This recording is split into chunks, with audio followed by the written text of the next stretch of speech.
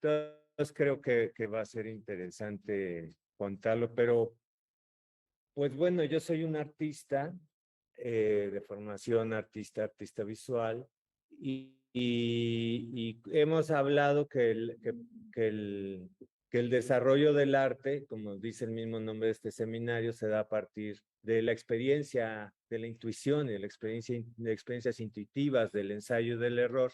Entonces creo que va a ser mejor contar precisamente el proceso y cómo se va desarrollando desde un principio para irlo comprendiendo, y quizá los comentarios más teóricos se puedan ir generando conforme vayamos viendo el proceso.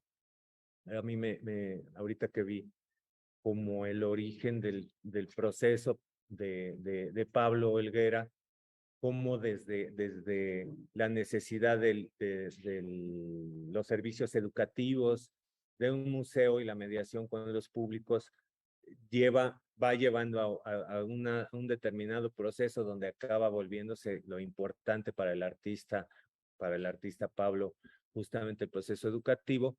A mí me sucedió, pero más a partir de la experiencia eh, en la escuela, ¿no? Porque yo empecé a dar clases en la entonces Escuela Nacional de Artes Plásticas muy joven, a los 24 años, saliendo de la carrera, y siempre acompañó mi actividad. Entonces, bueno, pues estoy a cargo de la materia de dibujo desde entonces, desde el 88. Y, y en ese entonces, en los fines de los 80, la pintura era lo que gobernaba, lo que privaba el mundo artístico, famosa pintura de los 80, nuevas figuraciones, tan vanguardia italiana, nuevos salvajes alemanes, neomexicanismos, etcétera, etcétera. Entonces el dibujo realmente era una asignatura muy popular. Y yo tenía muchos estudiantes, daba clases toda la mañana, martes y jueves, tenía 2 clases, pero los mismos estudiantes se quedaban en las 2 clases, y entonces era como clases de 9 de la mañana a 3 de la tarde, 2 días, y la gente con mucha energía.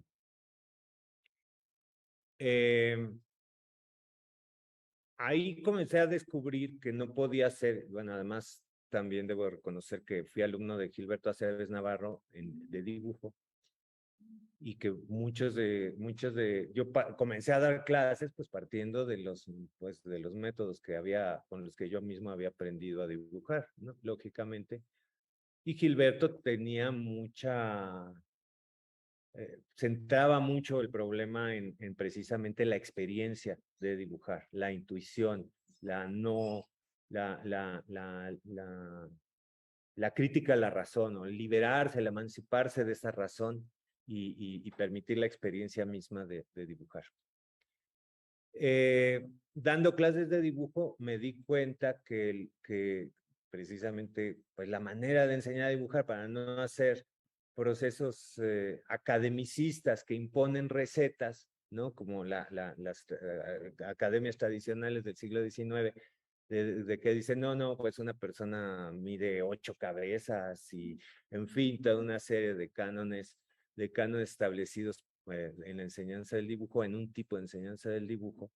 La única manera de no establecer una academia del dibujo y favorecer la experiencia del aprendizaje es generar experiencias, poner problemas en este caso, problemas de percepción visual y de síntesis en expresión gráfica, y dejar libertad a los estudiantes que interpreten esos problemas, y esa interpretación es totalmente creativa. Obviamente unos tienen unos resuelven un problema de una manera diferente que otros, y todas las soluciones son válidas, y lo interesante es esto de pensar cómo poner un problema visual eh, para una libre interpretación, y esa libre interpretación creativa del alumno le permite aprender. O sea que el aprendizaje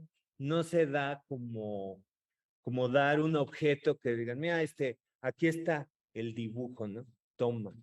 Y de hecho, con el tiempo, en un principio lo vi en el arte, pero en realidad, pensándolo bien, ningún conocimiento se puede transmitir así como una cuestión objetiva, sino que siempre se transmite a partir de la interpretación la interpretación de ese conocimiento. O sea, el saber, el conocimiento es en realidad encarnado, lo decía la conferencia anterior, ¿no? De qué manera eso es interpretado en la realidad de un sujeto que le da sentido o le da diversos sentidos a ese saber. Pero el arte es clarísimo de que no puede enseñarse como una fórmula, sino que tiene que enseñarse a partir de provocar esas experiencias de percepción y de representación de eso, ¿no? Como por decir en dibujo un ejercicio de, por ejemplo, quédense viendo fijo un punto en el espacio y comiencen a dibujar todo el espacio. No tienen que dibujarlo, simplemente pueden hacerlo ahora mismo percibiendo y van a ver hasta dónde ven a los lados, hasta dónde ven arriba, hasta dónde ven abajo, sin mover su punto de vista fijo en ese lugar. Y van a ver que ven a todo alrededor y que en realidad nuestra mirada es es una proyección sobre un globo, sobre una esfera, ¿no? Que es el ojo, y que en realidad nosotros no vemos vertical y horizontal, pero para nada. O sea, van a ver cómo ven diagonales las formas verticales a sus lados, y cómo todo se empieza a ver como una especie de ojo de pescado. No sé si lo están viendo ahora, esa es la experiencia. Entonces, bueno, eso, tener esta experiencia de ver algo que no estamos acostumbrados porque nuestro saber, nuestra educación nos obligó nos enseña a un sistema cartesiano, ¿no? A entender las cosas de que todo es vertical y horizontal cuando en realidad no es cierto, ni siquiera así percibimos. No es verdad, pero no, como sabemos que así es, lo acomodamos, ¿no? Lo ajustamos. Y como eso, pues hay muchos ejercicios que uno puede ir desarrollando para aprender a dibujar, justamente para liberar nuestra percepción de una imposición, de una razón, de un saber, de un conocimiento, ¿no? Como eso cuando estás dibujando y tú sabes que una mano tiene 5 dedos, ¿no? Y quieres ponerle 5 dedos a la mano y pues nada más estás viendo 3 dedos, pero ahí está uno terco queriendo poner 5 dedos. Eso, exactamente, ese tipo de experiencias son las que a mí me enseñaron a ser maestro, pero ya y a pensar en la educación desde otra perspectiva, desde la perspectiva de la educación artística. Ya eso con el tiempo, con tantos años de trabajo, lo he ido extendiendo como a una concepción de la educación en general, porque en realidad, como que en el dibujo era clarísimo la percepción, ¿no? Pero pues si lo pensamos bien, en realidad el conocimiento tiene que partir de la interpretación de la experiencia del sujeto y cada sujeto en su interpretación, en su propia percepción emancipada, compleja, que integra los sentidos, sus historias, sus contextos y mucho más, es que en realidad existe. De la otra manera, es un sistema de domesticación y es como en el academicismo del dibujo, como decir que una persona mide 8 cabezas y no permitir ver que las personas pues no miden todas 8 cabezas, que hay diferentes proporciones, por decir. Eso está en línea. Aquí traje mis libros porque los libros ahora les voy a ir contando, pero para mí la publicación de libros es muy importante. Traje los que están vinculados a educación y hice un manual de dibujo que se llama Gramática del Dibujo en 100 lecciones, que está en internet, lo pueden encontrar y que está aquí amarillito, es el primero. Sí, dime. Pueden enviar, sí, por favor, pásenlos, pueden tomarlos, para eso los traje, pásenlos y vayan viendo los libros. El amarillito, este es el de dibujo y, en fin. Luego les quiero regalar unos cuantos libros pero para nuestro picnic, yo creo.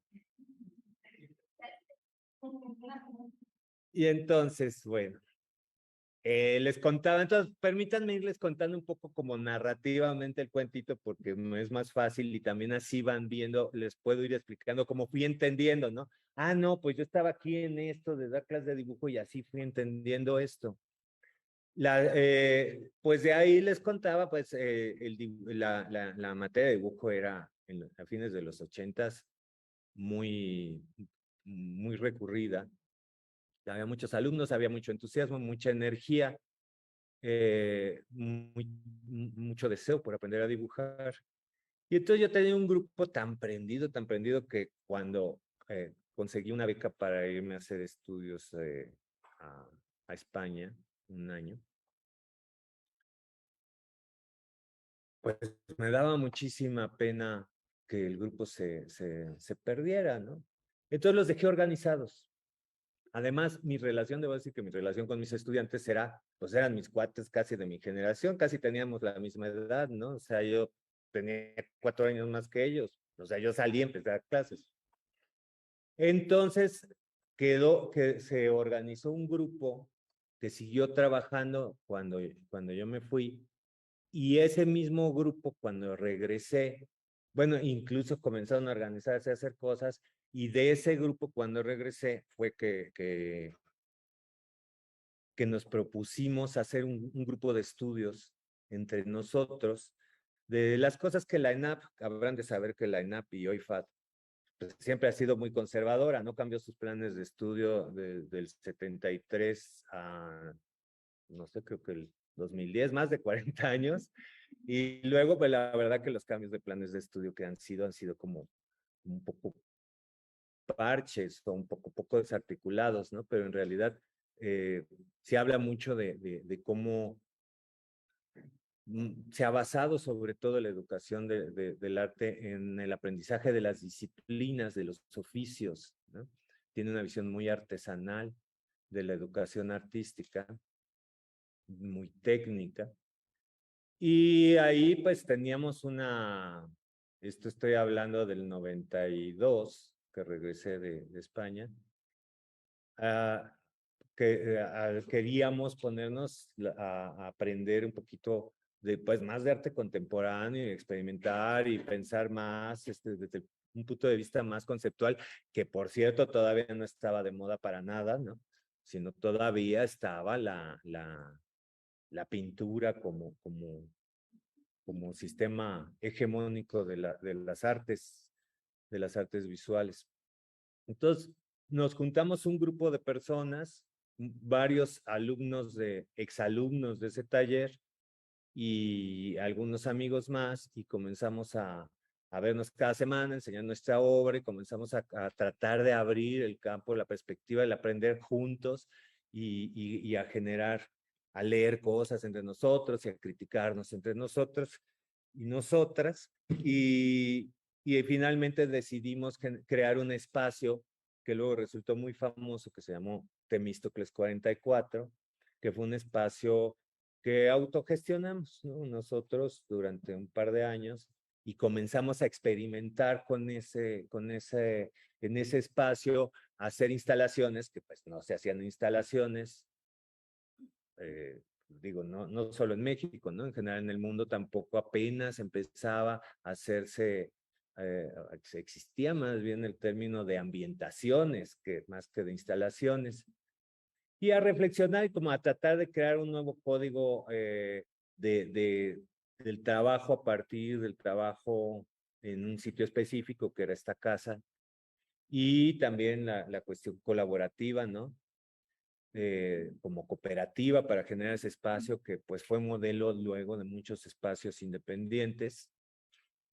Paralelamente hubo otro espacio independiente muy interesante que se llamó Zona, que fue de pintores, ¿no? Los pintores de los 80 se organizaron también, pero claro, con otra intención de distribución de su pintura y de cuestionamiento de las galerías. Y como precedente, podría decir que pues está La Quiñonera, que también es de mi generación, ¿no? Estaban personas con las que estudié, queridos amigos como Rubén Ortiz y Diego Toledo, trabajando en La Quiñonera con Néstor y Héctor, bueno, sabrán, ¿no? Supongo la historia. Pues son como los Bueno, pero no nos distraigamos de esta otra narración, pero estoy tratando de llegar al contexto. Tuvo mucho éxito Temístocles 44 y comenzó a haber como una necesidad de proyección profesional de algunos de los participantes y un conflicto interno en eso, porque, bueno, para mí, pues había sido siempre más bien un modelo educativo y más que un modelo de proyección dentro del sistema artístico. Y hubo una crisis y una ruptura en ese espacio. Y yo ahí dije, bueno, pues yo creo que lo que voy a hacer ahora es, si justamente comencé a tener como una posición crítica a, al lector de la obra, ¿no? Decía, bueno, es que esto está generado para un contexto que es el contexto artístico y se está haciendo una obra nada más para las exposiciones las van a ver las mismas 300 personas, cuando mucho, siempre, y en realidad tenemos si el arte es por la interpretación del público, entonces estamos limitando las interpretaciones y la significación del arte por eso mismo. Y conseguí enfrente de la ENAP un espacio en el pueblo de Santiago Tepalcatlalpan, Xochimilco, un espacio del pueblo que estaba derruido. Conseguí que la Dirección de Obras de la UNAM lo arreglara a cambio de que la comunidad del pueblo de Santiago Tepalcatlalpan nos prestó el espacio para generar un proyecto también de arte educación, ahora sí ya claramente planteado, porque en Temístocles pues había sido bastante ambiguo. Aquí era claramente un proyecto educativo de intervención artística en comunidad. Estamos hablando de el 95. Y entonces ahí estuvo, bueno, fue muy interesante, pasaron varias generaciones y estuvimos trabajando directamente en, a ver, permítanme, este no era, no. Sí, a ver, compartir pantalla. Con el cuadrito que tienen fechas. Ahí estamos. Sí. Ajá.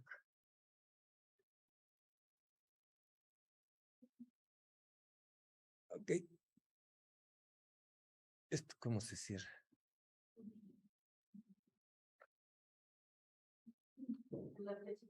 Esto, ¿no? Ahí está.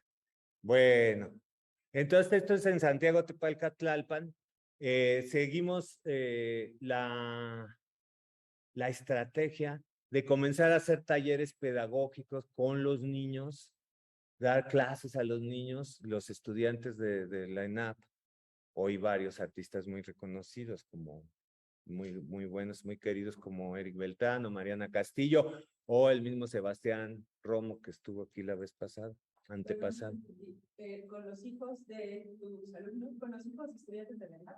No, con los estudiantes de la ENAP que formamos este proyecto, el taller de Palcatlalpan, ellos comenzaron a trabajar con los niños de la comunidad, dándoles clases.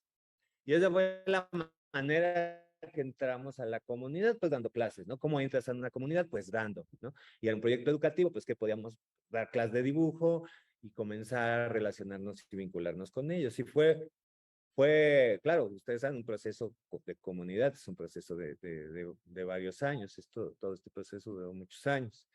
Ya después de haber, claro, conociendo a los niños, pues luego vamos conociendo a los papás, y conociendo a los papás, pues ya nos vamos metiendo a la comunidad, ¿no? Y fue funcionando muy bien hasta que ¿cómo se pasa de hoja? Así para abajo. Ahí está. Hasta que nos invitaron a hacer una pieza el día de la fiesta de Santiago, el santo patrono del pueblo. Nos ocurrió un ticket gigante, como verán, está bastante grande, con la imagen del santo de Santiago, y lo pusimos en la puerta de la iglesia. La fiesta dura 2 días, ¿no? Y se imagina, no sé si se imagina una fiesta en Xochimilco, pero es así, multitudinario. En Xochimilco hay fiestas cada semana y además la onda es irse de un pueblo a otro, a la fiesta de ese pueblo esa semana, entonces llega toda la banda, ¿no? Realmente una gran fiesta. Y tuvimos la suerte, la gente de la fiesta comenzó a decir que era de buena suerte jalar el hilito del caballo que hacía que cabalgara. Teníamos, además invité a colaborar a una amiga titiretera brasileña que venía de Puerto Alegre y también participó en esto, entonces teníamos también la técnica de los títeres, Andrea Castro de Puerto Alegre. Y la cosa es que estuvo cabalgando durante 2 días sin parar, así, todo, porque era de buena suerte. Entonces todo el mundo jalaba el hilito y jalaba el hilito y cada vez que pasaba, todo el tiempo estuvo cabalgando y fue un gran éxito. Gustó tanto que no lo quitaron. No quitaron y duró varios años el títere y cada fiesta cabalgaba y se quedó un buen rato ahí. Esta instalación fue muy afortunada. Entonces ya de ahí dijimos, no, pues en pues, esa comunidad es una comunidad muy, pues, de estas comunidades que están en el borde de la ciudad y el campo, ¿no? En Xochimilco. Y pues tiene una identidad muy extraña porque como está cerca del reclusorio sur, hay gente que trabaja en el reclusorio, hay también muchos conductores de pecero, de microbuses, y también hay muchos chinelos, porque este es un lugar de paso, de tránsito de las peregrinaciones que van a Chalma, desde, desde Puebla y toda la zona oriente, al oriente de la ciudad. No sé si saben que se genera un eje, un camino también desde Tepoztlán, toda esa zona sureste hacia Chalma, y hay peregrinaciones. Y los chinelos, pues, son unos personajes que tienen este traje que están viendo aquí, pesadísimo, y parte del chiste del chinelo es la manda, ¿no? La manda de caminar hasta Chalma, cargando eso, bailando y metiendo mucha energía, apoyando a la peregrinación. Entonces va la peregrinación con música y van los chinelos bailando, metiéndole mucha energía y haciendo al mismo tiempo una ofrenda, una ofrenda mística, una ofrenda religiosa. Bueno, pues había en ese entonces, estamos hablando de 90 me parece que 99 por ahí, había 300 chinelos viviendo en la comunidad, tradicionalmente, ¿no? Y se nos ocurrió, vamos a hacer una peregrinación con los chinelos al Zócalo. Y entonces los artistas, nosotros los estudiantes de arte, los artistas, íbamos abriendo la peregrinación, hicimos tambores, tomamos un taller, invité a Gerardo Trejo Luna, que es un teatrero muy interesante y músico también, a darnos un taller de música, de percusiones, ¿no? Él como que dirigió el lado percusivo. Cada uno hicimos un tambor y lo adornamos, e íbamos abriendo la procesión con los tambores desde Xochimilco, caminando hasta el Zócalo, metiéndonos a los espacios, a las tiendas, o generando un espacio sonoro que abría, ¿no? Y detrás venían los chinelos con la banda de música tradicional, y ya llegamos hasta el Zócalo. Fue súper bonito cruzar por el Zócalo con los chinelos.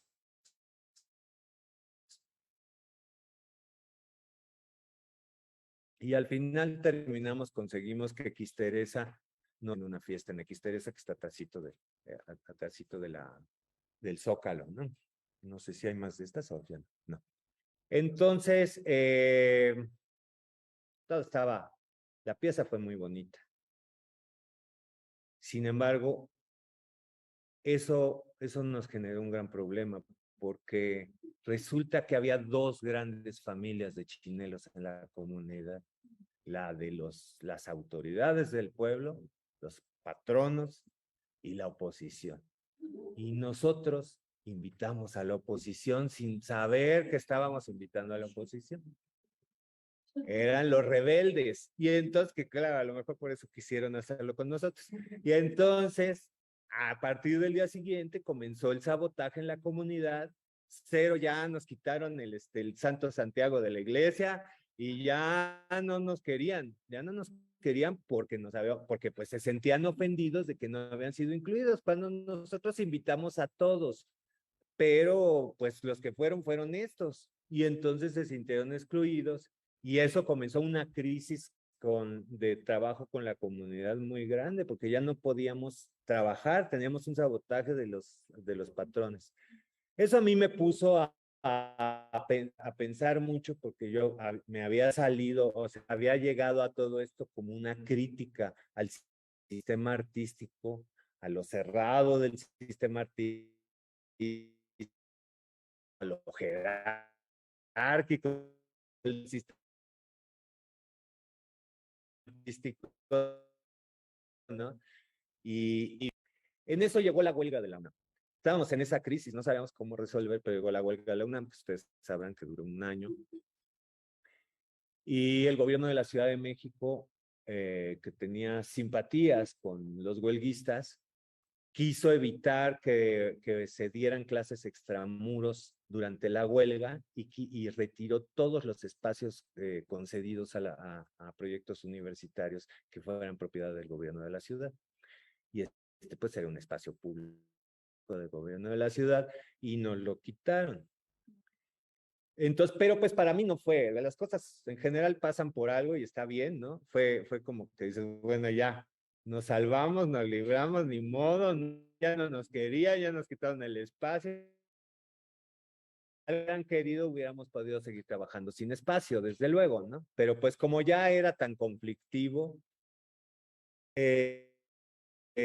entonces se me ocurrió hacer otro proyecto, acabó el taller de Palcatlalpan, y se me ocurrió hacer el taller de interacción urbana con nuevos alumnos. Una cosa que ha pasado en mi proceso pedagógico es que los alumnos, los viejos alumnos participan en los siguientes proyectos por lo general.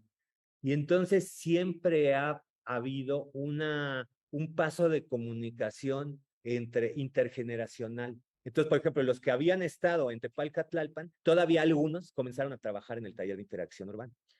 Y no, porque bueno, ya nos quitaron el espacio, ¿qué hacemos? Pero ya se integraron nuevos.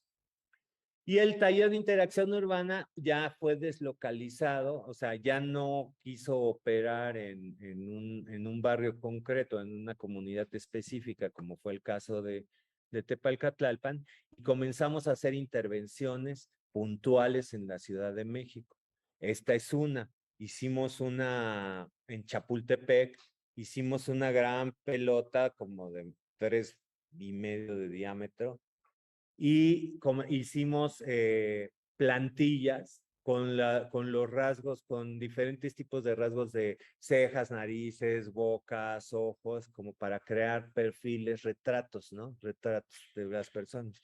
Y entonces las personas se iban retratando. Entonces nosotros íbamos rodando esta pelotota por Chapultepec y la gente iba diciendo, no, no, a ver, estas son mis cejas, esta es mi nariz. Y entonces íbamos construyendo sus retratos hasta llenar toda esta pelotota de retratos de la gente, que muchos eran incluso ideales, ¿no? Porque también está el que se pone pelo ¿no? El que quiere verse más femenino, más femenina, etcétera. Entonces, llenamos todo esto y llegamos hasta caminando desde Casa del Lago, que fue donde comenzó nuestro contexto de patrocinio incluso. Y de ahí llegamos a donde cayó el niño héroe en el castillo de Chapultepec. Y ahí desinflamos la pelota y nos regresamos a la Casa del Lago y ahí la inflamos con helio y la echamos a volar. Primero la sostuvimos a la altura del castillo de Chapultepec, de donde había caído el niño héroe, y luego ya la dejamos flotar. Como esas, hicimos muchas intervenciones. las intervenciones se dan como proyectos de realmente horizontales colaborativos. No es que sea, definitivamente no es que sea la idea de un maestro o la idea, no, es como vamos a reunirnos, lluvia de ideas y claro, muy divertido, ¿no? Porque pues es así, lluvia de ideas creativa y si hacemos tal, si hacemos tal. Y entonces pues hasta que llegamos a una idea que nos prenda a todos, a mí me toca pues un papel de moderación, ¿no? De conducción, de tratar de que son de otros proyectos que hicimos en interacción para proyectos fue, que no traigo, fue un microbús. Y entonces, en la ruta que va del Metro Chapec a la Merced, microbús. El microbús, entonces, estaba todo, intervenciones, tenía pastito artificial, tenía un maniquíado, tenía una como esos que están en los aviones para seguridad, pero como para cuidarte de los asaltos y para, ¿no? Estas que lo que van los asientos de adelante de los aviones. Y cada cierto tiempo se subía alguien y hacía un performance. Pero la idea es que por fuera parecía un micro normal, ¿no? Merced. Y se subía la gente y quedaban atrapados y de repente comenzaban a pasar cosas al de que se subían, ¿no? Decían, esto está rarísimo. Y comenzaban a pasar cosas cada 2, 3 cuadras y pasaba otra cosa y pasaba otra cosa. Y así de vuelta estuvimos todo el día subiendo público cautivo al micro y estuvo bastante divertido. Eso lo hicimos en colaboración con una chica que era maestra, Daniela Frontberg, maestra en Alemania, que había sido antes alumna mía, pero ella era de Alemania y trajo a su grupo. Entonces, con el grupo de interacción urbana y el grupo de Alemania, hicimos ese proyecto, siempre buscando vinculación, ¿no? Es como uno de los principios para mí de la educación, ¿no? Vincular entre generaciones, vincular entre los alumnos, vincular con otras comunidades, vincular incluso con maestros y artistas de otros países. ¿Querías preguntar algo? Es que sí, no sé si contigo podemos Sí, si quieren.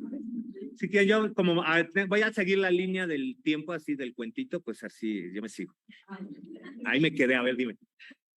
Como estamos trabajando en nuestros proyectos, algo que una pregunta que me queda es, la voy a hacer así como muy inocente, ¿no? ¿Cómo estas ideas que aquí vemos materializadas, damos cuentas, ¿no? ¿Cómo empieza la idea? En un grupo, en la ¿no? Y luego, ¿cómo haces todo esto que haces, lo sistematizas, luego con algo como objetivos y justificación y propósito y así? Es que me cuesta mucho trabajo pensar en ese plan de poderlo tan ¿no? A estas ideas tan flotantes de o sea, haces ese plan, es algo que se tiene que hacer para luego gestionar recursos, o son proyectos clases como clases. Depende, esto no. Esto que estoy mostrando ahorita no, pero hay otras cosas que sí.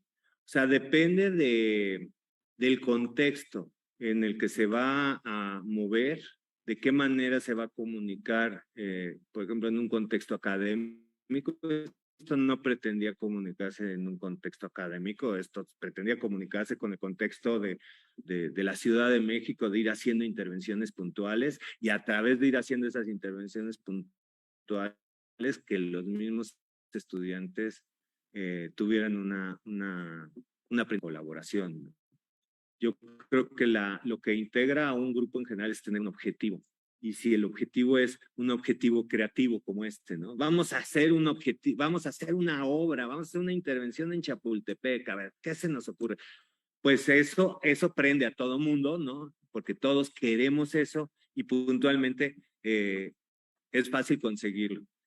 ya llevarlo a una estructura institucional para conseguir recursos o para registrarlo en currículas escolares, en fin, eso ya depende. Ahorita permíteme, te voy a ir mostrando más proyectos, más como que como esto fue creciendo, se estoy contando cómo va empezando, ¿no? Esto se fue refinando y se fue volviendo cada vez más sofisticado. Porque resulta que, bueno, les decía que esto fue durante la huelga de la UNAM, que nos quitaron el espacio, que comenzamos a hacer estas intervenciones, que no teníamos lugar. Y bueno, termina la huelga de la UNAM, vamos a regresar a la escuela. Y yo estaba muy feliz con el taller de interacción urbana en cuanto a lo creativo del grupo, pero creo que había como que un montón de gente como medio discapacitado que se estaban como abrazando para poder caminar juntos, pero que en realidad en lo individual cada uno no tenía un desarrollo de un proyecto, de una investigación. Entonces como que de alguna manera habían encontrado una especie de muletilla, que lo que podemos ver también como algo ideal, del trabajo colaborativo y colectivo como algo maravilloso, también podía volverse una manera de no enfrentar la responsabilidad de su propio aprendizaje, de su propia obra, de su propio desarrollo. También veía que la escuela, otra crítica, ¿no? Todo esto también va partiendo de una crítica a mi propia institución, ¿no? Y entonces, que la escuela pues no tenía una vinculación de teoría práctica. De hecho, la programación curricular estaba, creo que todavía está dividida en martes y jueves teoría, para talleres, separado completamente, ¿no?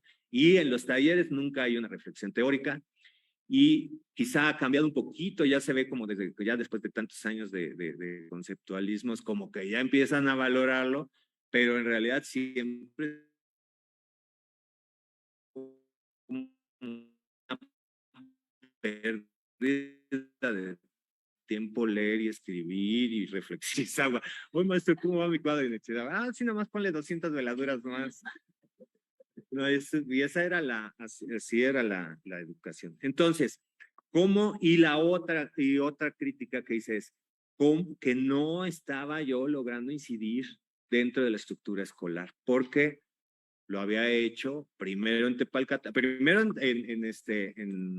Temístocles, ¿no? Que eso fue totalmente, además, como ni pretendía vincularse. Luego Tepalcatlalpan y luego pues en el espacio urbano de la ciudad, pero no teníamos ni nos veían en la escuela, ¿no? Entonces dije, ¿qué puedo hacer para solucionar estos problemas que estoy observando? Y entonces me ocurrió, dije, bueno, tal vez no puedo hacer una asignatura en un plan de estudios que tiene 40 años sin modificarse, pero sí puedo hacer un seminario de titulación. Y si la gente se titula, ya estamos jugando el juego, de alguna manera, el juego de la estructura institucional, generando pues proyectos de titulación. Entonces eso fue por un lado. Entonces dije, voy a hacer un seminario y tanto teórico como práctico, y tenemos que comenzar a reflexionar teóricamente las prácticas que estamos haciendo. Entonces, bueno, pues teórico práctico. Y entonces ahí es donde digo, bueno, pues la misma hipótesis tiene que desarrollarse en la teoría como en la práctica.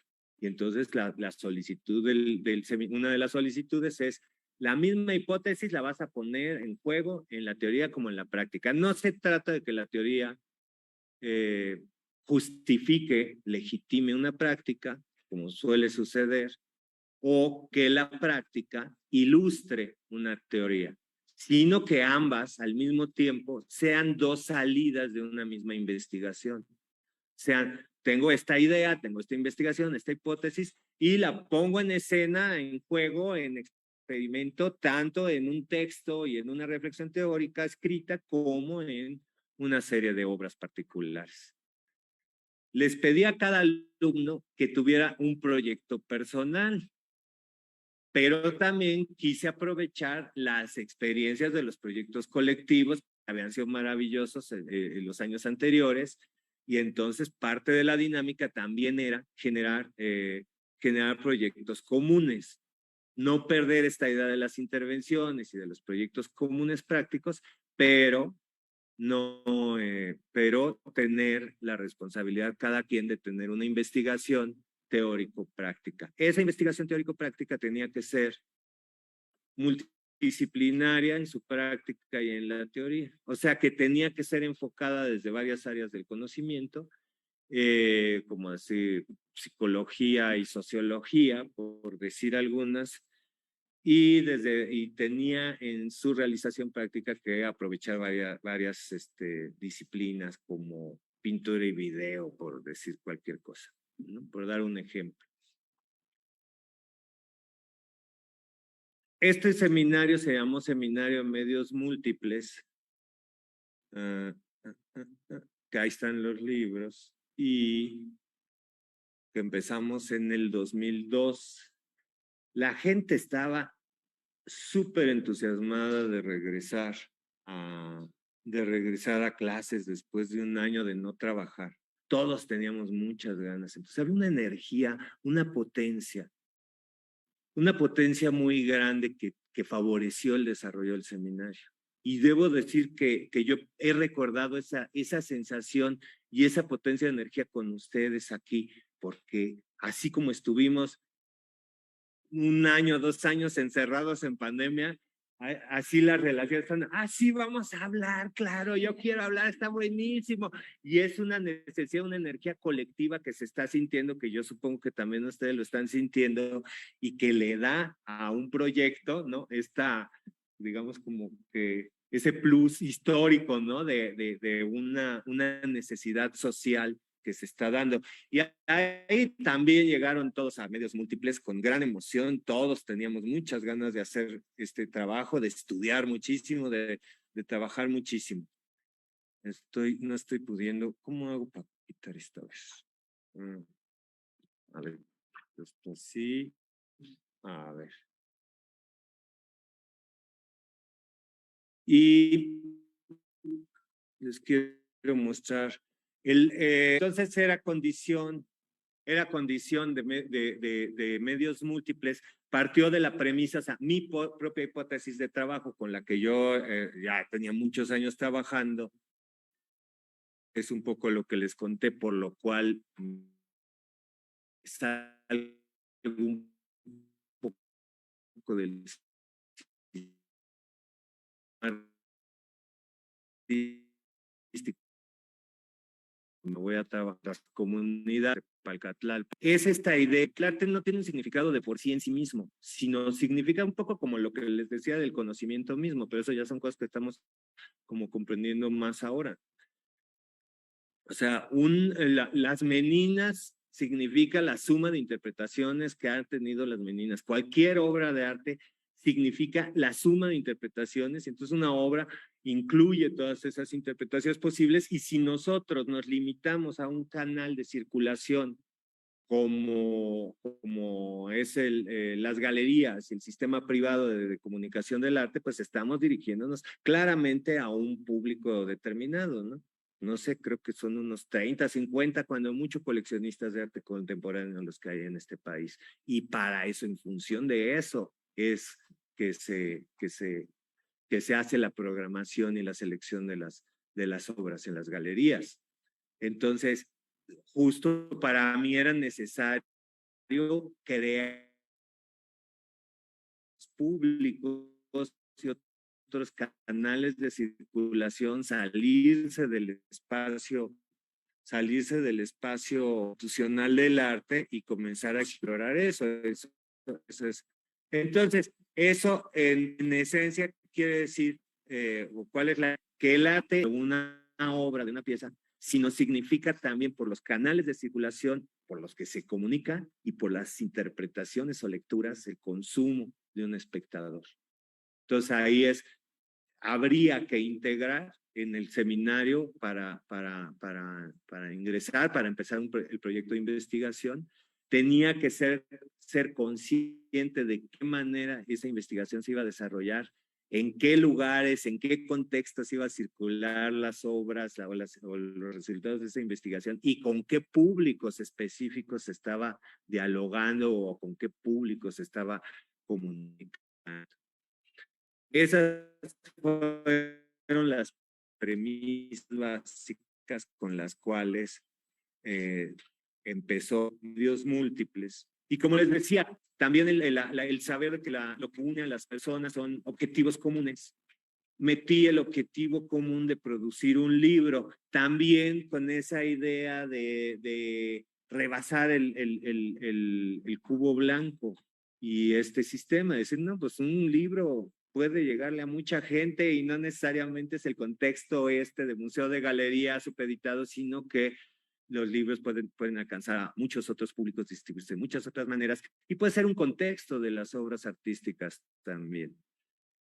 Entonces, bueno, pues el objetivo de cada generación era al finalizar hacer un libro con 20 páginas del libro cada participante, pero pues además pues no teníamos presupuesto alguno para hacerlo y hacer el libro también fue parte de lo importante en el proyecto en cuanto al ejercicio de la gestión, porque los libros fueron autogestionados por cada generación. Fueron, lástima, que te fue la compañera de la pregunta, ahora iba a contestarle. Porque parte del ejercicio, bueno,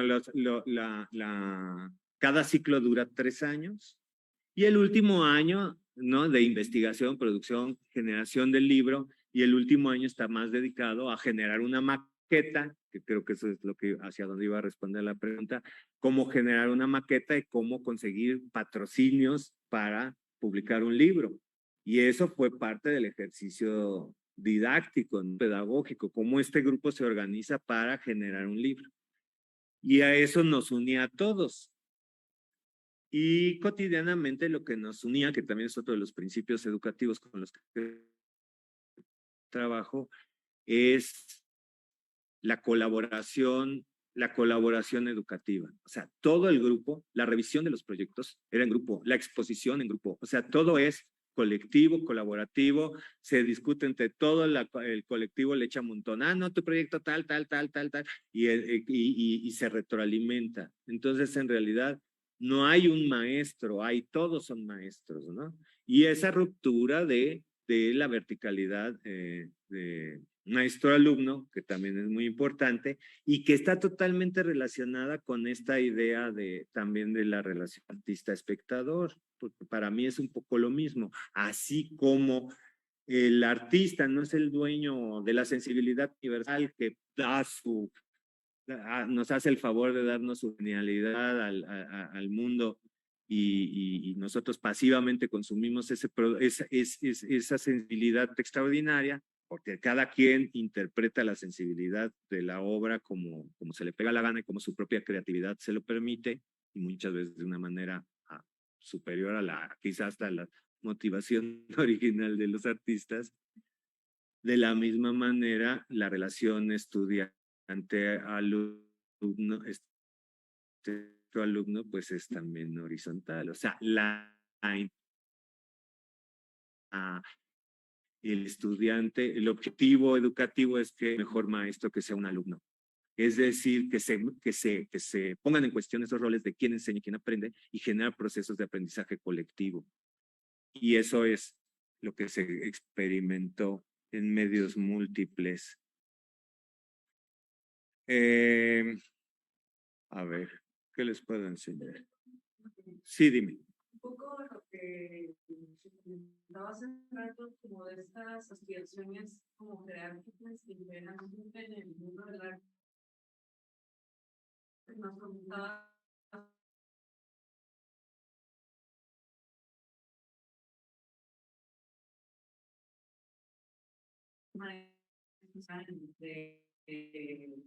de la facultad, dicen que como que no se entran porque es como un proceso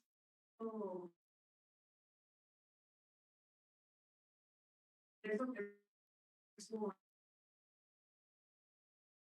y no como es como es un poco los chicos no tenían fácil cuestionar el mismo dentro de los grupos, porque esos grupos también los sacan, ¿no? También, me imagino que también es bueno que pasó con el mismo, o sea, cuando ya empieza una empoderamiento, individualización y ya empieza a haber como esos conflictos que ya no permiten como esa cohesión social.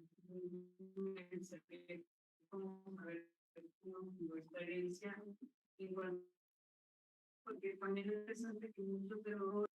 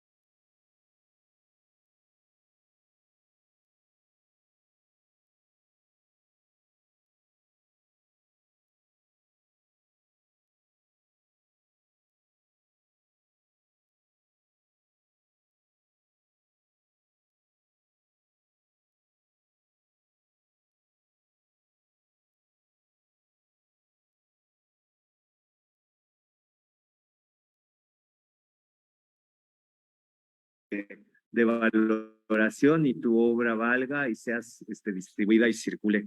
Y esos son los elementos que hacen que se genere una competencia, ¿no? Eso que tú estás diciendo, ese conflicto. Pero si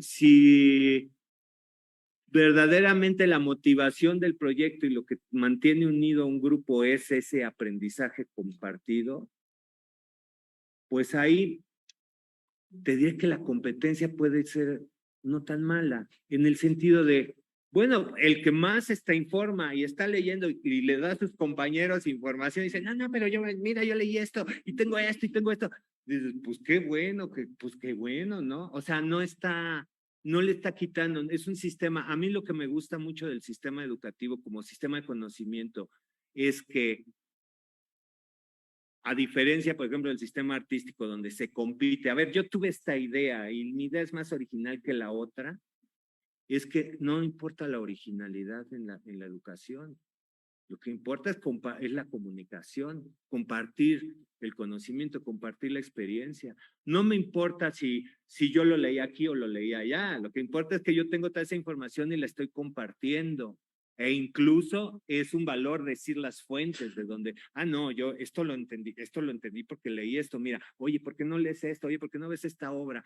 ¿Me explico? O sea, como que el conocimiento no compite, suma.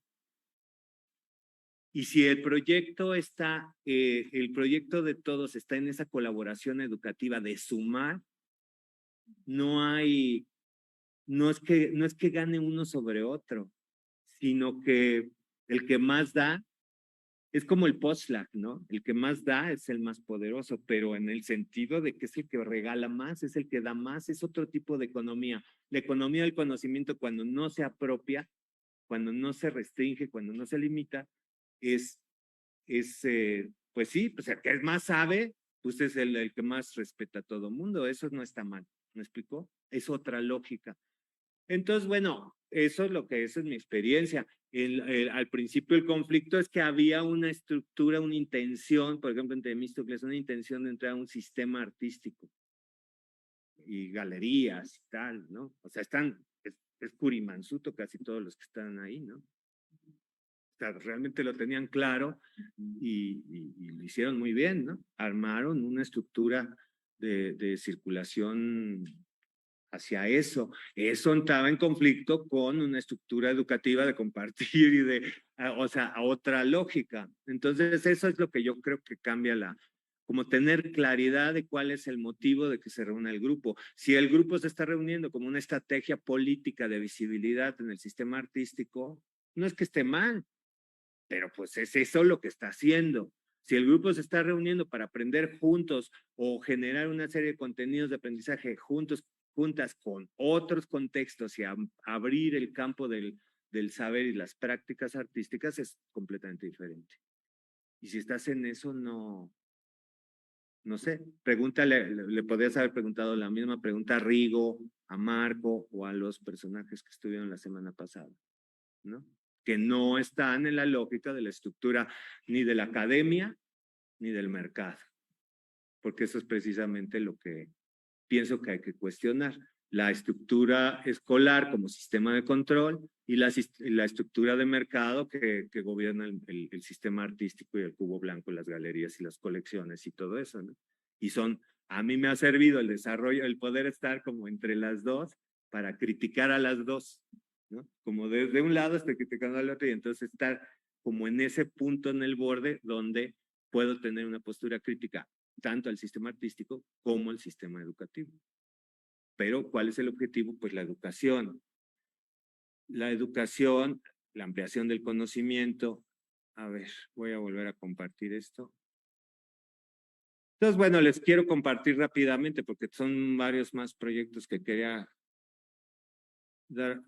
compartir con ustedes. ¿Qué hice? Ahí está, ¿no? Sí, ya estuvo. Gracias. Entonces, además de los proyectos personales, les decía, generé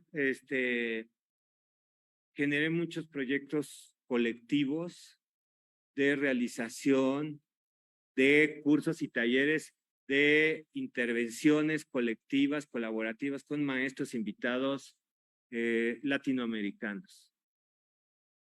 Entonces, por ejemplo, ¿qué les puedo enseñar? A ver, este de Martín Dufran es latino del norte, es quebecois.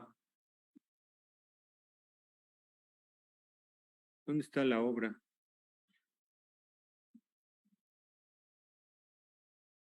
¿Qué pasó aquí?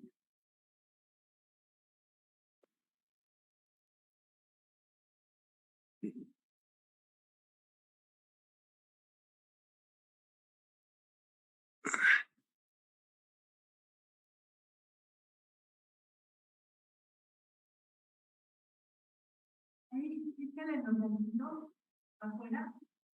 Ahí. Ándale, gracias. Pero ¿por qué no se...?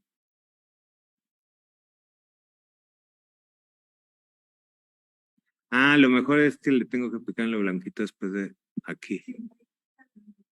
Ah, y se abre. No, no se abrió. Ajá, bueno. Ok.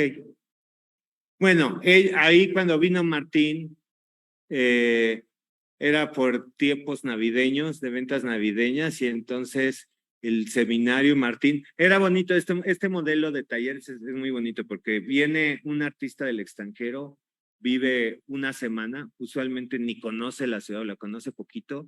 Los estudiantes son realmente los expertos, ¿no? Los seminaristas son los que realmente conocen el contexto, pero el diálogo con el artista extranjero, pues también él va orientando y va generando algo muy interesante, ¿no? Porque claro, el experto, el artista con muchas tablas es el invitado, pero los estudiantes son los que realmente conocen el contexto y en ese diálogo se van generando muy bonitos, proyectos muy bonitos. Juntaron un montón de bolsas de compra de cosas, porque era, les digo, como un momento muy consumista en el centro de la ciudad, y que hicieron esta como especie de parangolé de bolsas de bolsas de plástico de compra de cosas, y estuvieron desfilando con eso por todo el centro de la ciudad. Ahí están las cabecitas, no sé si esto se pueda. Ahí ven las cabecitas, por eso digo que es como un parangolé de Oiticica, pero gigante. Ahí están las cabecitas.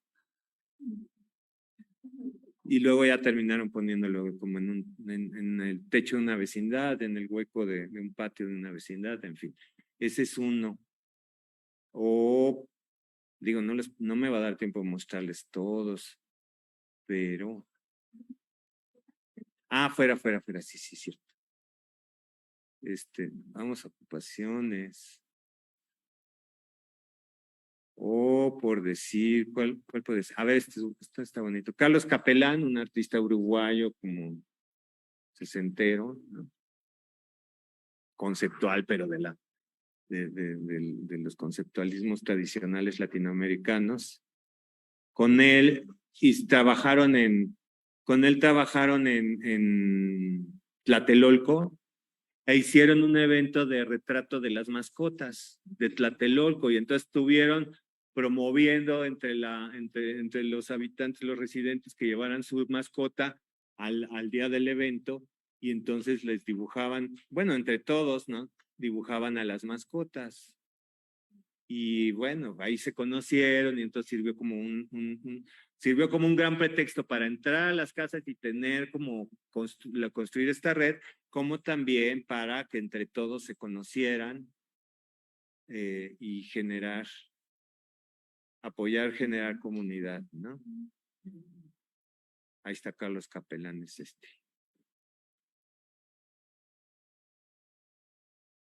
No sé si se... A ver, ahí se pueden ver videos.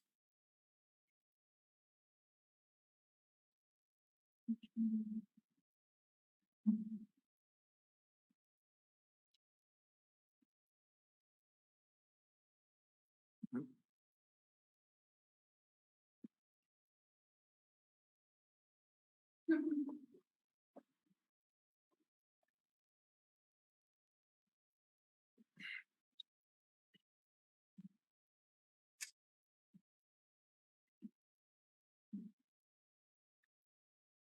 Mm.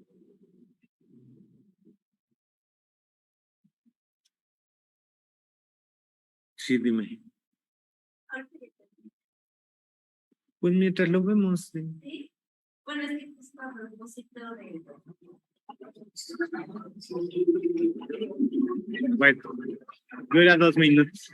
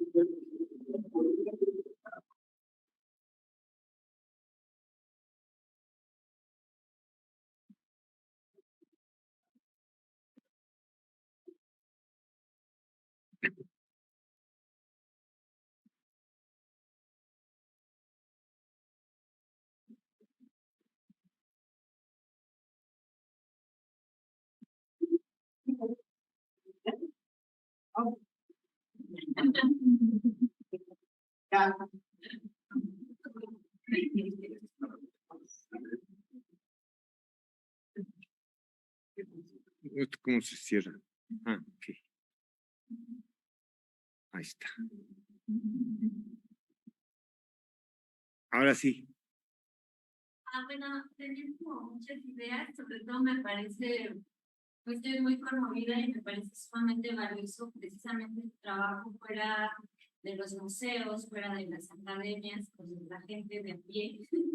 Y, o sea, justo precisamente de la vez pasada que hablaban de la escuela, o sea, también yo pensaba pues que también había como otras posibilidades pedagógicas en la escuela vida pensada, ¿no? Y que además tienen como como características más orgánicas, ¿no? Y se me hace increíble, ahora pensaba pues que también yo doy clase, pero en un colegio de bachilleres, en la periferia, los chicos que tienen características muy diferentes a cualquier persona que estudie en una, y a veces pues he intentado como hacer algunas cosas como desde la horizontalidad, desde pues pedagogías críticas, y cuesta muchísimo trabajo. Y justo ahí cuando empezaba el texto que decía, bueno, también estar preparados para un posible fracaso, ¿no? Y yo pensaba, bueno, entonces, ¿cómo lidiar con esos fracasos, ¿no? Y cómo volver a intentar una vez más, pues porque al final de cuentas, precisamente aquí ya no es ese arte académico, ¿no? O sea, es el arte que realmente tiene un impacto social, ¿no? Más allá de que, o sea, de lo que siempre se discute teóricamente en los salones y de estas como divagaciones metodológicas, teóricas, o sea, aquí sí es praxis y eso me conmueve mucho y me gustaría en algún momento, justo yo con mis alumnos, mis compañeros alumnos y alumnas, pues que pudiésemos hacer proyectos con, con esta con esta aura, ¿no? O sea, con este impacto. Entonces, pues, la pregunta era, ¿cómo lidiar con el fracaso para volverlo a intentar una vez? Pues mira, es que no existe el fracaso. No existe. Esa es por eso invité a mis amigos de tres como primera presentación, así para que vieran, así vamos a quitarnos esto, pero de entrada rapidito. Es como, no sé, el gran vidrio de Duchamp, cuando se le rompió el gran vidrio, dijo, ¡ay, maravilloso, está buenísimo! No, imagínate, no estás ahí años haciendo el gran vidrio y se te rompe y dices, no, es que pues, está bien, es parte de la obra. Y así es, así es. Quizá uno de mis mayores fracasos en esta estructura de lo que les he contado es, por ejemplo, lo que pasó con la comunidad de Santiago de Tepalcatlalpan, ¿no?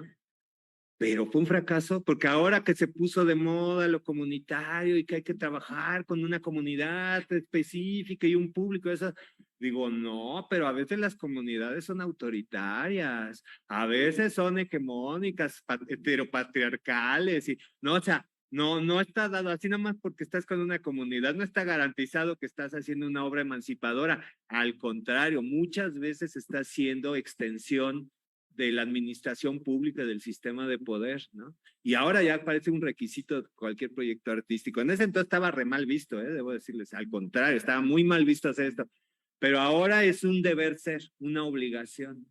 Y justo frente a esa obligación, pues yo tengo esa experiencia y digo, no, pero ¿cómo? Depende, ¿no?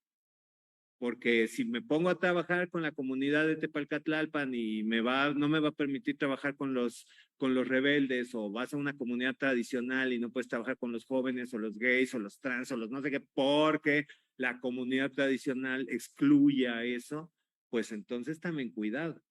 Entonces creo que aprendí muchísimo. Para mí no fue un fracaso. De hecho, dentro de esta narrativa simbólica que estoy armando, yo estoy incorporando el fracaso como un símbolo importante a comunicar, es decir, miren lo que son las comunidades, no necesariamente hay que idealizarlas, ¿no? Hay comunidades que ejercen el poder verticalmente. Eso por decir, claro que en su momento pues ya fue así, se me cayó el proyecto, ¿no? Fue así como tengo 5 años trabajando en esta comunidad y el trabajo en comunidad es así de alfileres, de palitos, ¿no? Una construcción súper delicada, cualquier cosita, ¿no? Te tardas años en construir, en levantar el proyecto y cualquier cosita te lo termina.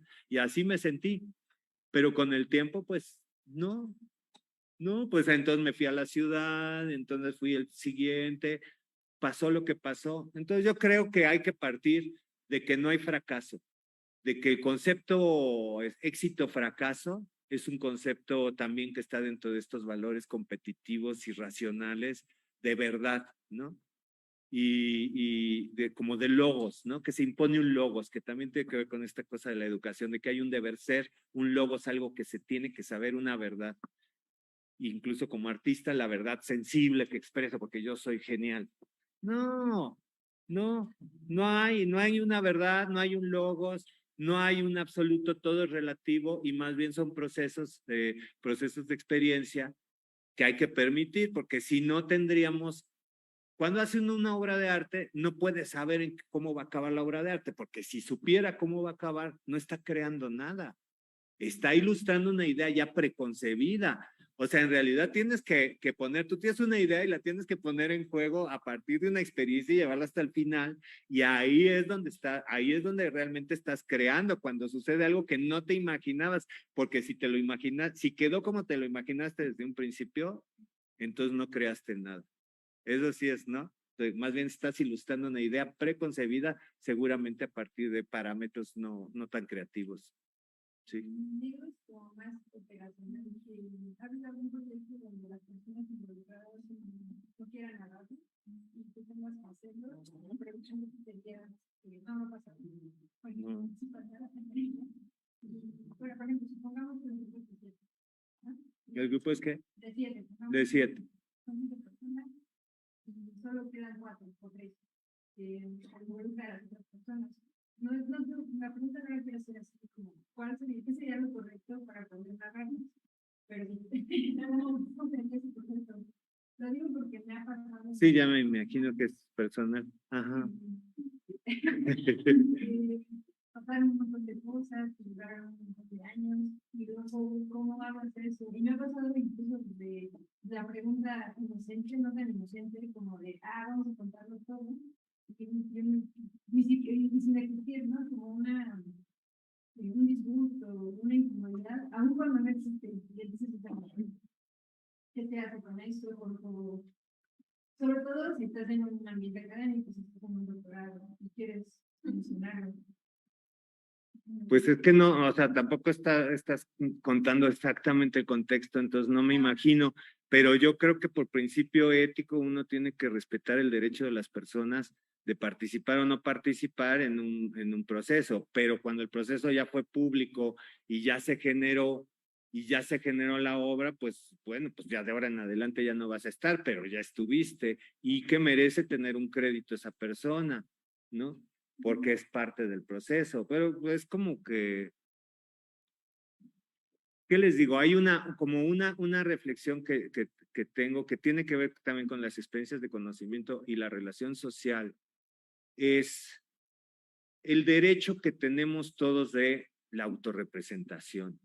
Yo creo que eso es, y les explicaba la vez pasada cuando hablaba de conocimiento, que finalmente el conocimiento es la representación de la realidad que tenemos, que se da en el lenguaje, y todos tenemos derecho a tener una interpretación simbólica de la realidad, nuestra propia interpretación, nuestra representación del mundo. y todos tenemos derecho a tener un espacio de representación de nuestros modelos de experiencia y de nuestra realidad en ese mundo. Entonces ahí creo que si partimos de ese derecho, ahí entendemos más claramente el problema de la ética en el trabajo, tanto educativo como artístico, que es el derecho de la representación propia.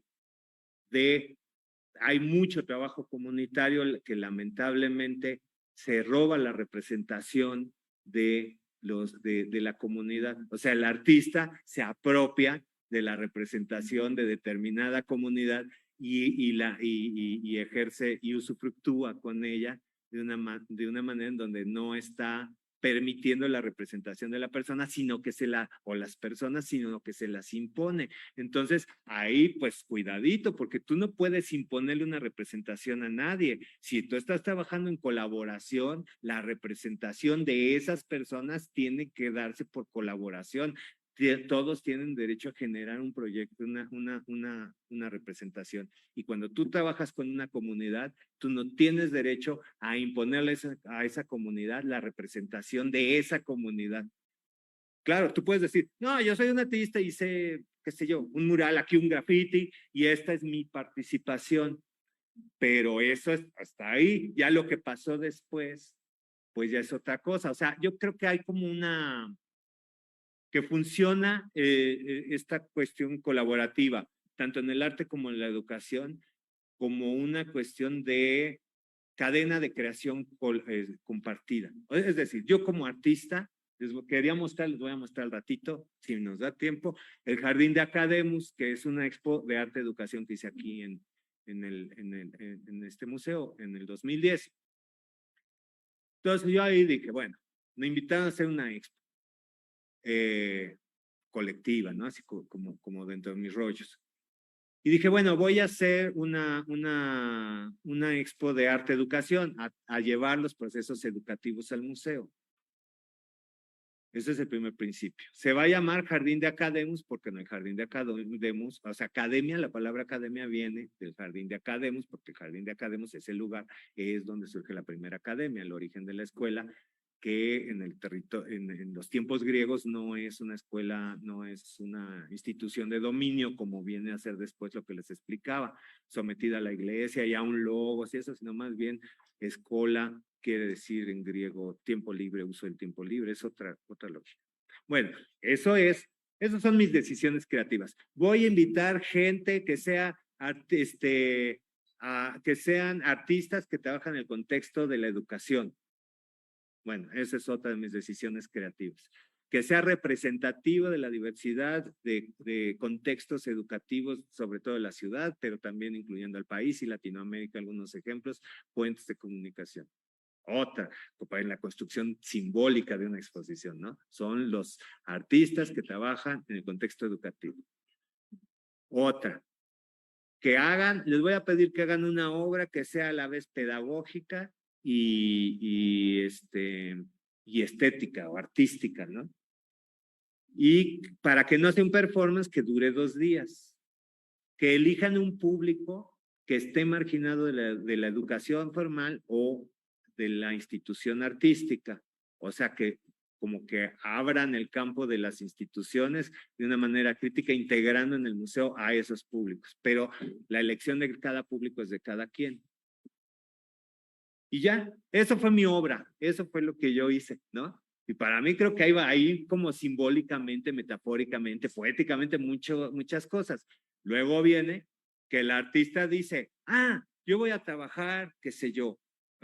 Ahora les enseño unos ejemplos, pero no sé, uno rápido. Rodrigo Johnson con los sordomudos. Reúne a la comunidad de sordomudos porque quiere darle visibilidad y colaborar con ellos en la sala. La idea es que trabajaban esas comunidades con el mismo público que pasaban, ¿no? Por el museo. Y iban produciendo, otra cosa de los requisitos es que producían un objeto museográfico y la exposición se iba construyendo temporalmente a la vista del público. O sea, cada 2 días tendría que haber una pieza nueva. Esa es la decisión creativa de Rodrigo. Invitar a una comunidad de sordomudos. ¿Qué deciden hacer los sordomudos? un país, el país de Sordenia, y para consolidar el país hacen una constitución. Esa es la decisión de Rodrigo con ellos. Y luego la constitución, pues la hacen los sordomudos, no la hace Rodrigo. Y al final, como los sordomudos no tienen noción del lenguaje escrito y hablado, tienen una lógica de pensamiento completamente diferente, por cierto, es muy interesante.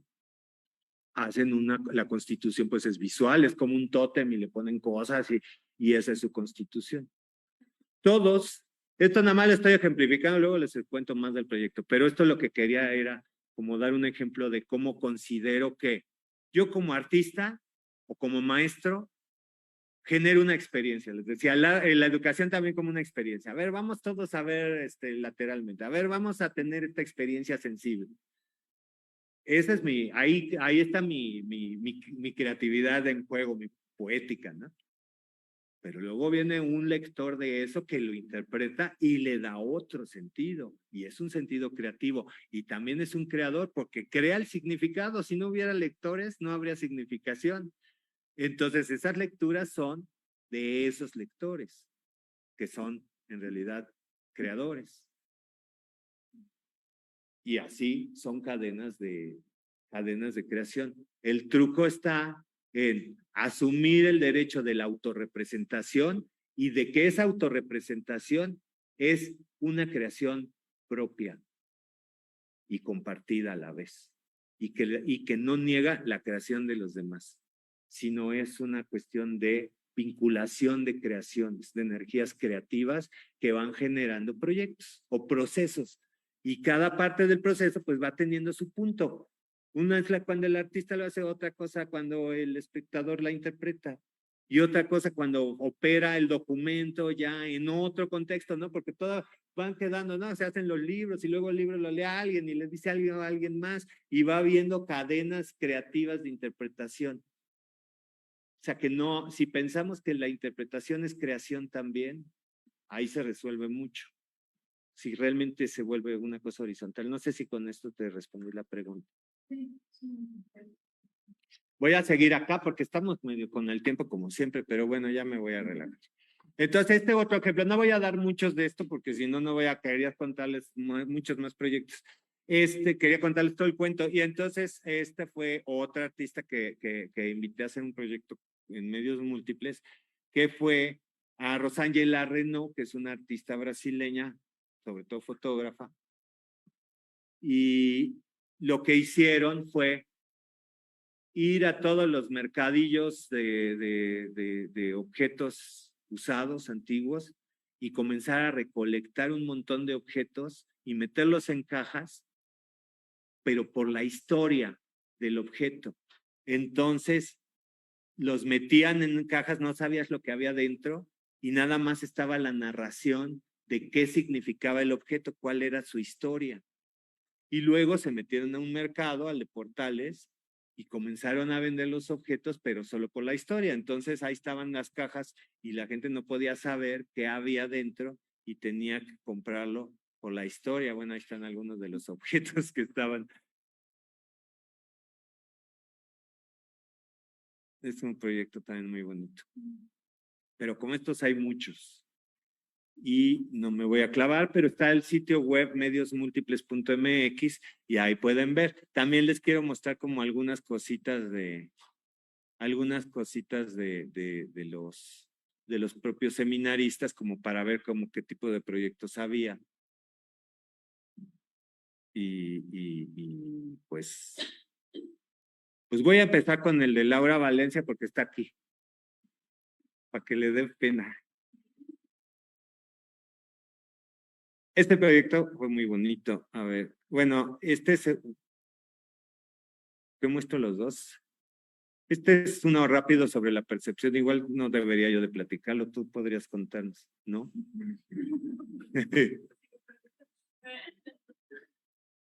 Bueno, se los voy a enseñar para que le pregunten bien. Esto es en Tlatelolco y tiene que ver con los sentidos Y ella estaba hablando como de su experiencia desde la infancia, porque ella creció ahí, pero a partir de una de las experiencias de los sentidos. Y posteriormente esta intervención a mí me gusta mucho, que es como más, porque la TEO es como más, es lo que hizo en medios múltiples primero y esto ya fue como al final, ¿no? Como la otra cosa, la conclusión, pero también está hablando del cuerpo, que es el cuerpo de los desaparecidos. Entonces ella, este proyecto que se llama Cuenda, lo que hizo fue calcular el volumen físico de los cuerpos de las personas desaparecidas, salud. Y entonces eso lo representó en un hilo negro, en una cuerdita, un hilo negro, que marcaba la extensión de ese espacio de los cuerpos desaparecidos. Y luego lo llevó al espacio público y comenzó a envolver monumentos como los monumentos de los de a pie de Reforma, ¿no?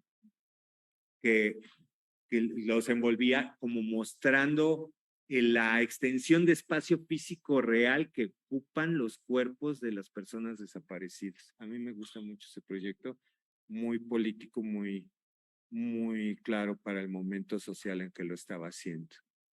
Ese es un proyecto. La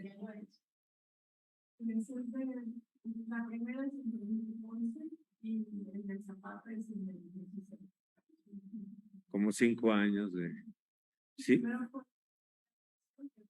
Bueno, al final, y luego hicimos ocupaciones eventuales, y pues ya se intervención en el espacio público y ya fue. Bueno, ok. Rapidito, a ver, otro más.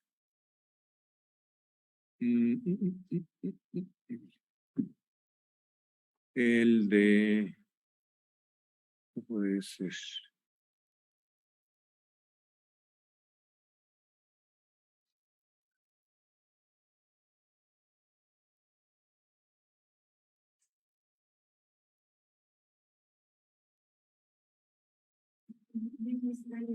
A ver, el misterio.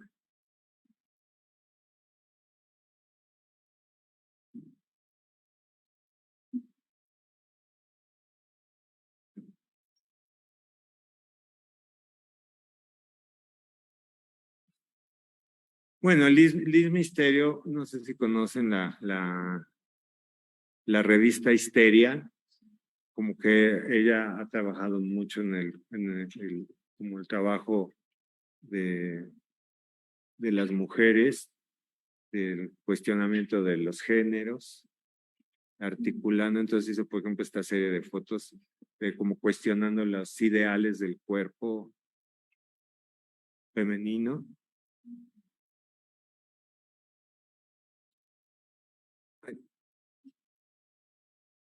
Pero también es muy interesante el proyecto que hizo antes, que no está aquí. ¿Cómo?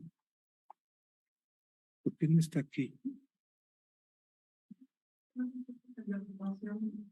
A ver, ha de estar en ocupaciones. Sí, este es muy bonito proyecto. A ver.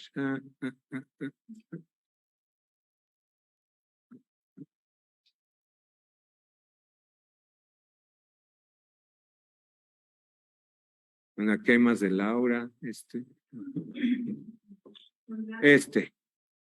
Este hizo como con toda la narrativa de los 15 años, hizo un traje de 15 años en un carrito, lo puso en un carrito y se fue a la calle de donde venden los trajes de 15 años en el centro y lo llenó, lo puso en este carrito y lo llenó de estos milagritos que ella diseñó.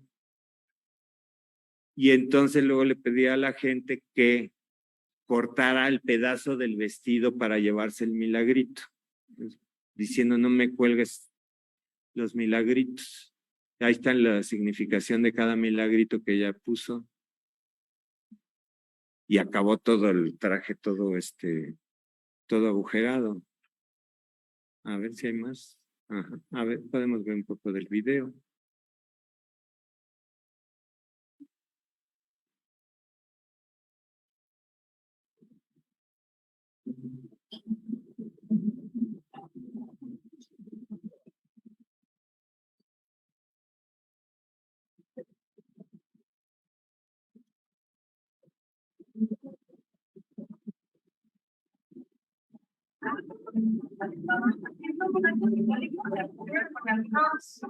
Algunas cosas negativas que están identificadas.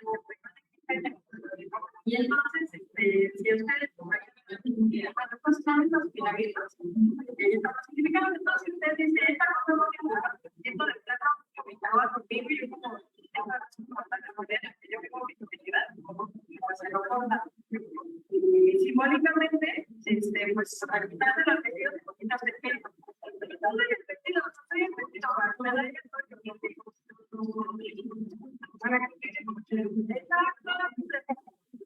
La pieza de los milagritos, pues sí es como una contestación del ritual, ¿no? O sea, como si decir, o sea, por eso hablamos como de las estrategias que utilizan, porque sí es de alguna manera decir, esto es lo que existe, bueno, ya conocemos lo que es, si no nos gusta, pues lo vamos a romper, ¿no? O sea, literalmente. Pues sí lo traté como un acto de liberación, porque como no podemos ser tan reflexivas a la hora de ritualizar nuestra vida si no sabemos ni qué es ni si nos parece, ¿no? O sea, la mayoría de las personas a las que les he platicado este rollo y han tenido 15 años, ya no pues yo no, o sea, sí, yo no soy así ni me gustaría como estar reafirmando eso. Entonces, pues también es como una invitación a hacer otros tipos de rituales.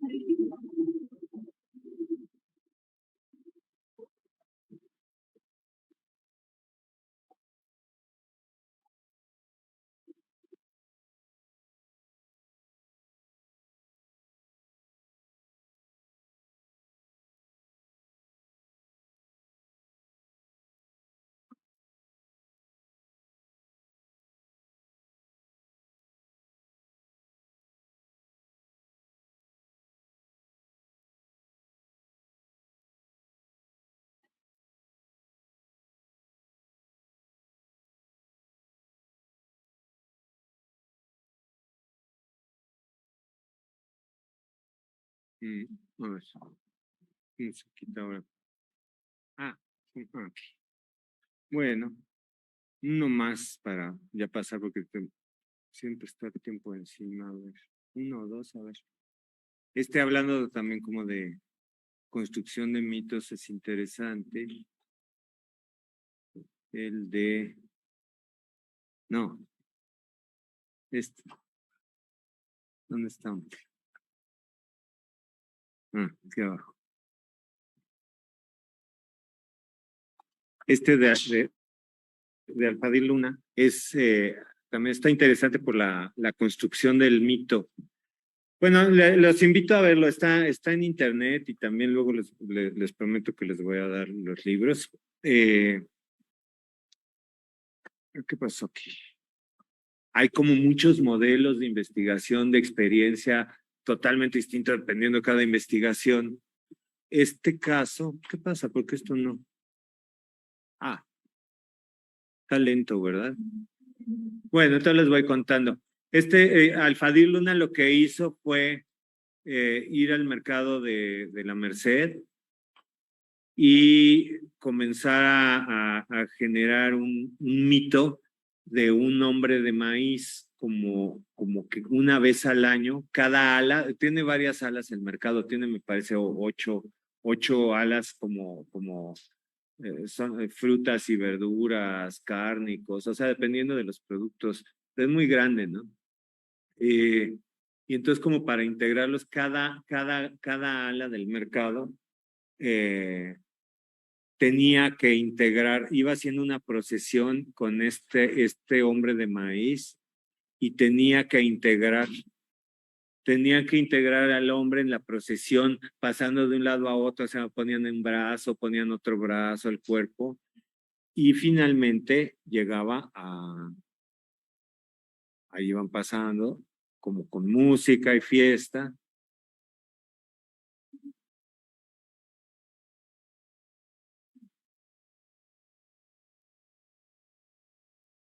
Y al final ya lo colocan en un lugar en el mercado. Pero lo curioso es, además lo interesante es que lo hizo el mismo día cada año. Y entonces comenzó durante 10 años y comenzó a generar un ritual donde la gente ya comenzó a pensar que el hombre de maíz era su santo y le rezaban y lo veneraban, o sea, lo veneran. Se lo apropiaron, sigue estando ahí. Se lo apropiaron como un mito de ellos y como ya inventó una tradición, una fiesta, un santo, y eso a mí me gusta mucho como la posibilidad de poder inventar un mito, meterlo y que ahí se quede y que ya cada año lo celebran y ya es su santo. Eso da mucho para pensar. ¿Es un nombre de mí? Porque, bueno, pues creo que da para pensar las interpretaciones personales. Pues a mí me parece que es porque el maíz es la base de la cultura mesoamericana, ¿no? Pero a ver, si quieres, vamos a ver qué dice.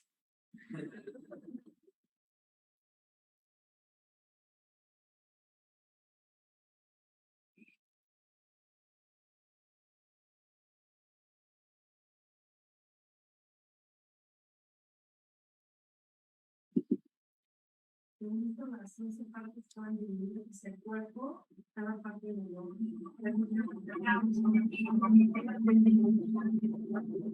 Es una parte del mercado y va integrando, ¿no? Por eso es un hombre que es un cuerpo que representa al mercado.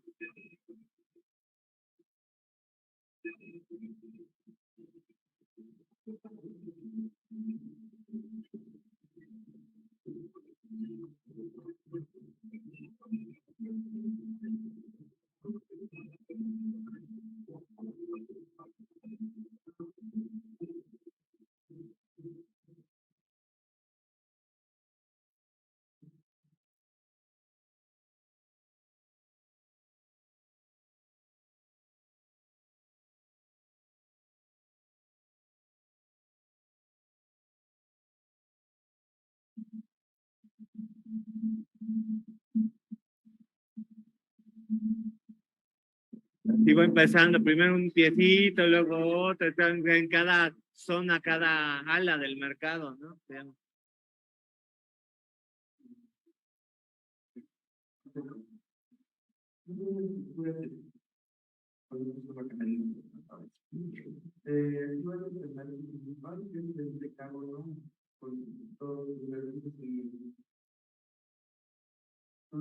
Al costado va el mercado que entrega de mayordomía y al otro va el mercado que recibe de mayordomía. En los estandartes, ya el protege la supervivencia de cada manuscrito. Y el ya se pone como quiere, libremente. Alrededor del nombre de maíz van los procesos, que muestran el deseo. Entonces, sexos vacíos. Y los listones varían según la procesión porque es el mismo número de listones que mercados participantes. Aquí otra son los chineros, otros estandartes, y hasta el final va a hablar de resguardo de la procesión de los casos.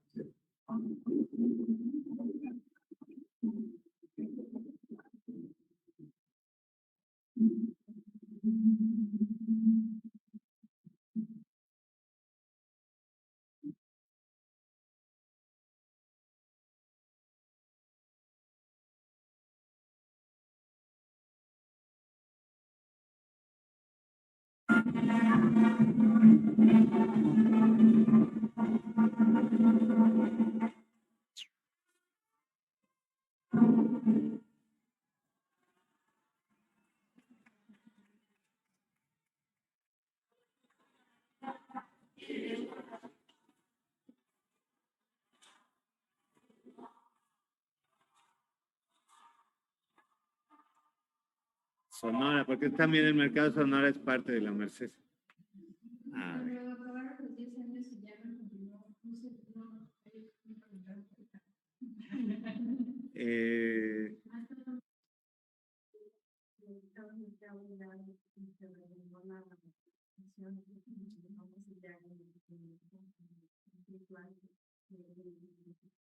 Sí, consiguió meterlo. Ya, o sea, él se encargó, lo coordinó 10 años y ya, pues ya solito, ya. Ahí está, donde está Malverde, pasando por parte y luego además. Y en las flores, como toda esa zona de ahí, pues son como nuevos antiguos.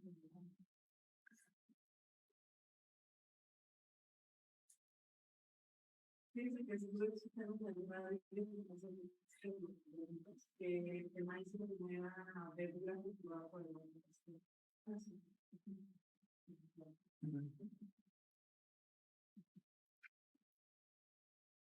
Otra estructura es que hay siempre, hicimos varios simposios, entonces cuando acabó la generación 2, hizo un simposio con la 1 y la 2, y luego con la 3 y la 4 también generaron otro simposio con la 3, la 4 y muchos de la 5, y entonces ahí como que también hay como mucha colaboración educativa en los simposios de integración transgeneracional, y eso que les decía, o sea, los más grandes en general, ¿no? La generación anterior en general apoya a la siguiente, ¿no? O sea, los mismos de, no sé, los de la primera, algunos como Carlos Mier, que no enseña el proyecto, pero era como las formas del miedo. Ah, incidió mucho en la segunda, y los de la segunda, que es donde estuvo Laura, en la tercera y cuarta, dieron incluso clases, en fin, o sea, como es una estructura de paso transgeneracional. Como les quiero hablar de más proyectos, ya lo voy a dejar, pero véanlo, hay proyectos muy interesantes y son 50 artistas formados a lo largo de 15 años. Decidí terminar con ese proyecto porque ya me pareció que justo cuando empezamos estaba muy mal visto hacer un trabajo en contexto y social, y todo eso era, no, o sea, eran plenos 90s donde así ya saben, ¿no? Lo que había en los 90s. Entonces, pero en estos años, en sus 15 años de desarrollo, se institucionalizó el trabajo de comunidad. Esto que les decía, ¿no? Ya es un deber ser, ya no es creativo, ya es una extensión de la administración pública que en lugar de asumir sus responsabilidades se las quiere dar a los artistas para que hagan lo que no dan ellos, ¿no? Ya me pareció que era un modelo agotado y ahí me fui pero bueno, no sé si habrá el jardín de acá. Bueno, me fui más bien a los 15 años de hacer eso, hace poco, a la construcción de redes, y he hecho proyectos como una red de arte y antropología con el libro que ya les hablaré cuando hablemos en social, porque ya ven que voy a dar como una charla en cada módulo. Que reuniendo alumnos y gente de la ENA y antropólogos con artistas y construyendo esa zona, es una redes de conocimiento, también la red de arte y agroecología, también he estado construyendo, encuentran en internet, entre campo y campo, van a venir mis colegas, en eso eso es lo que estoy haciendo ahora, y con ustedes también, la construcción de redes de conocimiento transdisciplinarias, ¿no? Eso es como la conclusión después o sea, fue así como, bueno, ya dejemos esto, y el siguiente paso es ya no trabajar dentro de la esfera artística, sino utilizar el arte para trabajar de una manera mucho más amplia con otras intenciones, ¿no? Pero les quería mostrar también el jardín de Academus, que, a ver. Es que hay más proyectos, híjole. Rapidísimo. Bueno, pues el jardín de Academus, porque también les quiero mostrar este. ¿Están aquí las dos páginas? No.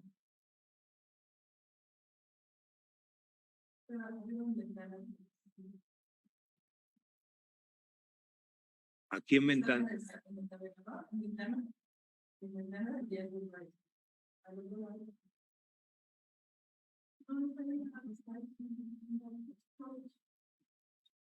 No, era una...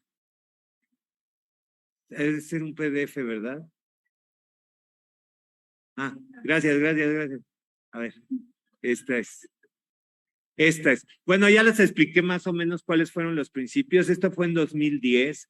Fue muy interesante como este proceso, porque de estar trabajando siempre como fuera del cubo blanco y con esta postura crítica, que me invitaran a trabajar además en este museo con tanta visibilidad y tanto prestigio, era como todo, era como pues bastante interesante y todo un reto para mí. Y justamente dije, bueno, tenía conflictos, ¿no? Porque yo estaba conflictuado con mi crisis con la institución del arte. Decía, híjole, pues ya, ¿y ahora qué hago en el MUAC, no? Si yo estoy como crítico a toda esa estructura. Y dije, no, pues es un espacio público y lo voy a ocupar como cualquier espacio público, y un espacio público se ocupa con un discurso político también. ¿Cuál era este? Justamente, ¿qué es lo que estaba siendo excluido en los museos y en el arte en ese momento y desde los 90s? Precisamente es esas ideas de comunidad, la gente y la cuestión educativa. Y un poco llevé esa conclusión que hice yo como cuando hice esa crítica al sistema artístico y al sistema de mercado, que dije, no, pero yo no necesito estar exponiendo en galerías. Yo puedo tener un contexto, yo puedo tener una relación de comunicación y un contexto de trabajo en el contexto educativo. Y y eso me va a liberar del peso de las estructuras de mercado y de las galerías. Y fue justamente esa la conclusión, ¿no? Me fui a las comunidades y a trabajar como a sentar más mis procesos como artista desde los contextos educativos. Entonces, ¿qué hacía falta?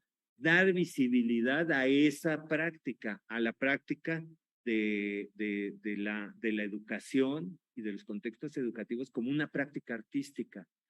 Así como hay artistas que sí tenían mucha visibilidad, que hacen objetos y que venden muy caro y que venden en galerías, pues los artistas que trabajaban en educación estaban y están, pero bueno, ahora luego se ha ido poniendo más de moda, pero están totalmente marginados de la visibilidad y del discurso. Entonces pues voy a dar visibilidad a la estructura a los maestros, a los artistas que dan clases. Y entonces cogí una serie de personas significativas también de los contextos de clases, educación formal y no formal. Aquí estuvo Daniel Morales, por ejemplo, ¿no? Que defiende tanto la educación no formal,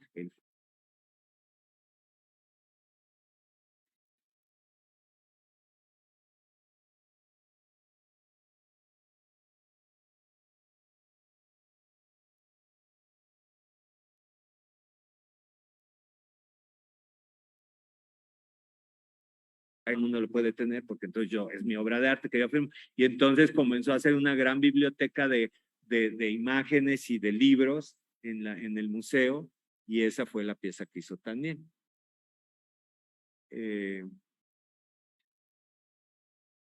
Esto fue, es que esto fue parte de como de los proyectos colectivos que hubieron, porque hubieron muchas discusiones, no solamente estaba el proceso de las piezas, sino nos reuníamos y hablábamos y discutíamos. Está el libro, está muy bonito, está en PDF gratuito descargable en el sitio del MUAC, Jardín de Academia, lo pueden ver ahí están los textos, las discusiones. Esto que se ve primero es que decidimos hacer, estaba un Judas del Baster Gordillo ahí en la exposición, porque empezamos la exposición en Semana Santa, queríamos tronarlo, pero Protección Civil no nos dejó tronarlo aquí. Entonces, todo el mundo le escribía ahí notas a Invester durante toda la exposición, y luego lo que hicimos, sí, ya como no nos dejaron tronarlo aquí, fue ir ahí por el Monumento a la Revolución, a la sede del Sindicato de Maestros, y se los tronamos ahí enfrente. Estuvo bien padre. No, ya nomás fue Daniel y yo fuimos, porque los demás ya no. Estuvo divertido porque retumbló todo, así todo el mundo salió así, ¿qué pasa? Porque es de vidrio, entonces, ajá, bueno. Pero bueno, eso es anecdótico. La cosa es que teníamos estas reuniones y teníamos esta idea de expo procesal, pero al mismo tiempo que yo me la he pasado cuestionando la estructura escolar como una estructura de control y de dominio desde mis prácticas educativas, a la hora de traerlas al museo, que es lo que digo, a la hora de mezclarlo, también habría que cuestionar al museo. Entonces era como traer una escuela adentro del museo y subvertir su función, cuestionaba al mismo tiempo la función de la escuela y la función del museo. Y eso es muy interesante, de cómo fue sucediendo y cómo fueron sucediendo como los contenidos y cómo cada artista pues fue decidiendo hacer estos proyectos en cadenas creativas como las llamé hace rato, ¿no? Bueno, y ahí está. Bueno, pero quiero pasar rápido a... No hay... Bueno, está todo el planteamiento, toda la historia, todo esto lo pueden descargar del sitio web del MUAC. El Museo Escuela, todo esto es desde el 2010, debo decir. Porque la frase de Kametzer la hizo después.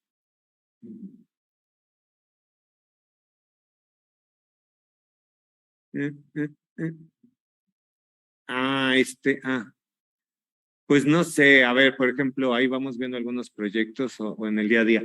Esta fue una pieza muy bonita porque fue como un taller para transvestirse. Y entonces la idea era hacer ese taller y luego hicieron una pasarela en la sala todo pasaba en la sala. Era muy divertido. Diario pasaban cosas muy divertidas. Y diario hubo un conflicto con la institución muy intenso porque la institución no estaba preparada para la gente, ¿no? Entonces todos los días era un problema, todos los días, por ejemplo, en el taller trans, era que no querían dejar pasar al baño de mujeres a las mujeres trans. Y entonces, vecino, no, mira, si se ve como mujer es mujer, entonces era así como también un problema educativo hacia adentro de la misma estructura.